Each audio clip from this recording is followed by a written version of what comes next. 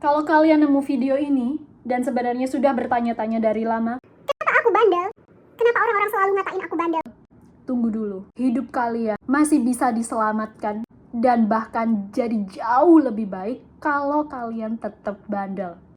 Iya, kamu nemu video ini karena kamu tuh bandel, keras kepala, nggak bisa dikasih tahu, dan suka semaunya sendiri. Kalian udah nyadar kan? Kalian sering banget denger apa kata orang kayak gitu, cuman kalian mikir kayak, Oh ya udah sih, terus mau gimana hidup-hidup gue? bagus. Gak usah berubah. Dan kalau kalian mau lebih baik lagi, kalian harus tetap bandel, tapi ngubah perspektif kalian. Siapa sih ini orang? Udah jelek, bacot, dadanya gak karu-karuan. Oke, hai guys. Nama aku Dishu. Selamat datang di Dishu's Issues. Cringe banget gak sih?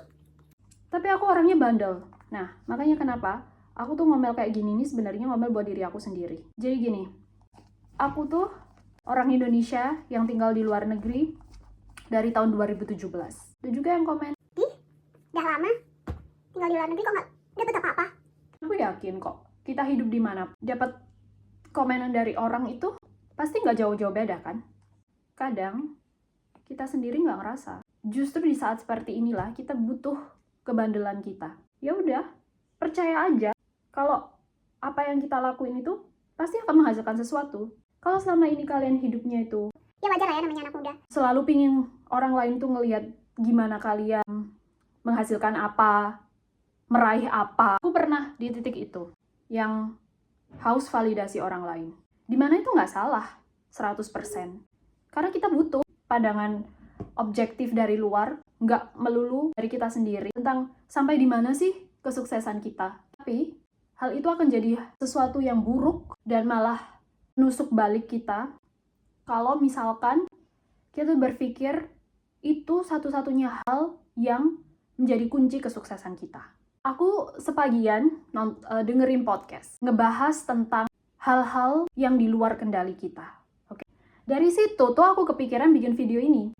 Karena ternyata masih ada tempat di dunia ini untuk orang bandel. Caranya ya kita mengubah point of view kita, melihat bandel itu dari dua sisi, negatif dan positif. Dari sudut pandang orang lain, aku yang terlahir di bulan Desember, yang kebetulan ulang tahunnya besok, adalah pribadi yang stubborn, yang itu tadi, bandel, keras kepala. Dan dari labeling itu adalah anggapan dari masyarakat yang akhirnya membentuk karakter seseorang itu. Jadi ya udah deh, karena orang ngomong kayak gini, ya udah aku jadi kayak gini. Entah itu benar atau enggak, terlepas dari kepercayaan astrologi, zodiak, horoskop, ataupun bahkan kalau misalkan ini terbukti secara sains, aku tuh juga akhirnya ngerasa kalau Emang sih aku bandel?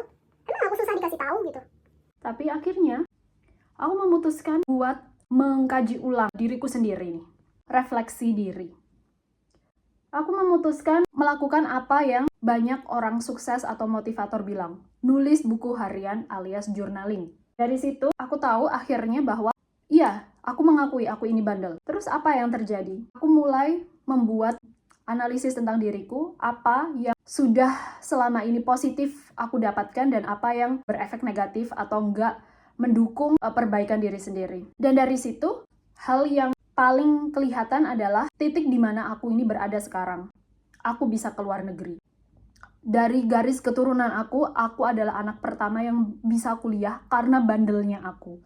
Nggak punya duit sepeser pun, berani nekat daftar kuliah dengan ngutang BK buat bayar registrasi daftar ulang 150.000.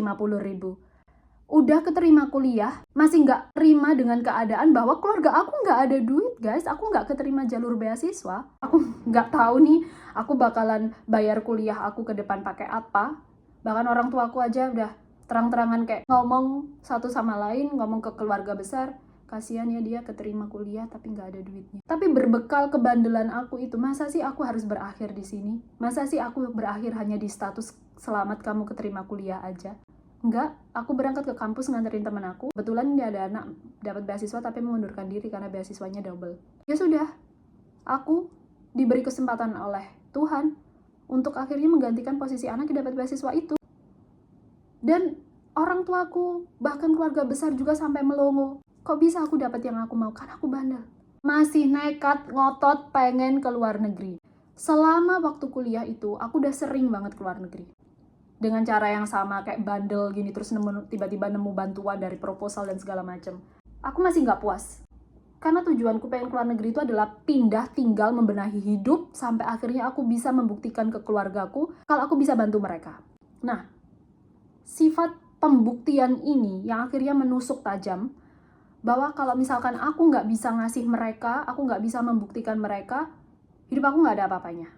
Itu yang termasuk negatif. Itu yang aku tulis juga di jurnalku, bahwa hal itu yang menjadi batu kerikil di jalanku gitu. Coba kalau aku nggak ada pikiran untuk pembuktian gitu. Kalau aku cuman bandel karena aku mau hidup aku berubah gitu, tanpa pembuktian buat aku sendiri gitu, mungkin jalannya akan jadi lebih mudah buat aku.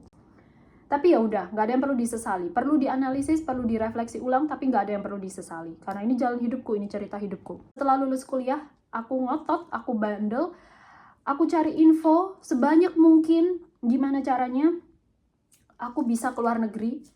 Siang malam aku ke warnet buat mencari info tentang gimana sih keluar negeri itu. Akhirnya nemu blog, ternyata bisa kok kita ikut pertukaran budaya ke Eropa. Yaitu namanya au pair. Aku memutuskan buat daftar di semua website yang ada. Aku ngikutin tutorialnya dari blog-blog itu. Udah harap-harap cemas. Berulang kali dapet buat wawancara, mereka nggak mau lanjut setelah wawancara. Nggak tahu kenapa. Tentu aja bagi aku yang masih belum tahu kalau aku ini punya trauma, fear of abandonment, fear of rejection, kayak gitu, buat aku tuh big deal, tolak gitu. Ya, tapi aku bandel karena aku nggak mau tinggal di Indonesia waktu itu. Setelah berbulan-bulan, dapatlah kesempatan itu untuk wawancara lagi. Itulah peluang pertamaku yang membuktikan bahwa bandelku ini bisa digunakan secara positif. Kalau kalian ngeliat video aku yang sebelumnya, yang pakai bahasa Inggris itu, bisa digarisbawahi, cerita moral dari sini itu adalah persistent, alias melakukan suatu hal terus-menerus sampai membuahkan hasil. Kalau aku, bahasa mudahnya ya bandel itu. Oke, berhasil keluar negeri. Apalagi yang pingin aku mau? Aku pengen belajar bahasa, aku pengen S2. Tentu aja hidup nggak gampang ya. Kadang udah sebandel ini masih aja kena godaan sana-sini. Ajar namanya juga manusia dan anak muda. Persisten itu nggak gampang. Jadi bandel itu nggak gampang. Walaupun udah tahu bandel itu membuahkan hasil, kalau digunakan sebaik-baiknya, bandel itu powerful, guys. Setelah lolos dari godaan dan cobaan hidup, COVID dan segalanya, aku dapat kesempatan lagi kok S2. Dan alhamdulillah udah mau lulus. Aku juga dapat pekerjaan yang layak, yang tanpa mengharuskan aku punya paspor lokal atau nikah sama orang lokal. Jadi, bandel itu ada gunanya, guys. Nah, udah segitu dulu guys ya. Video kita kali ini, terima kasih udah menemani aku get ready. Aku nggak tahu makeup aku hari ini bagus atau enggak. Dan makeup buat apa sebenarnya. Tapi terima kasih udah nonton video ini.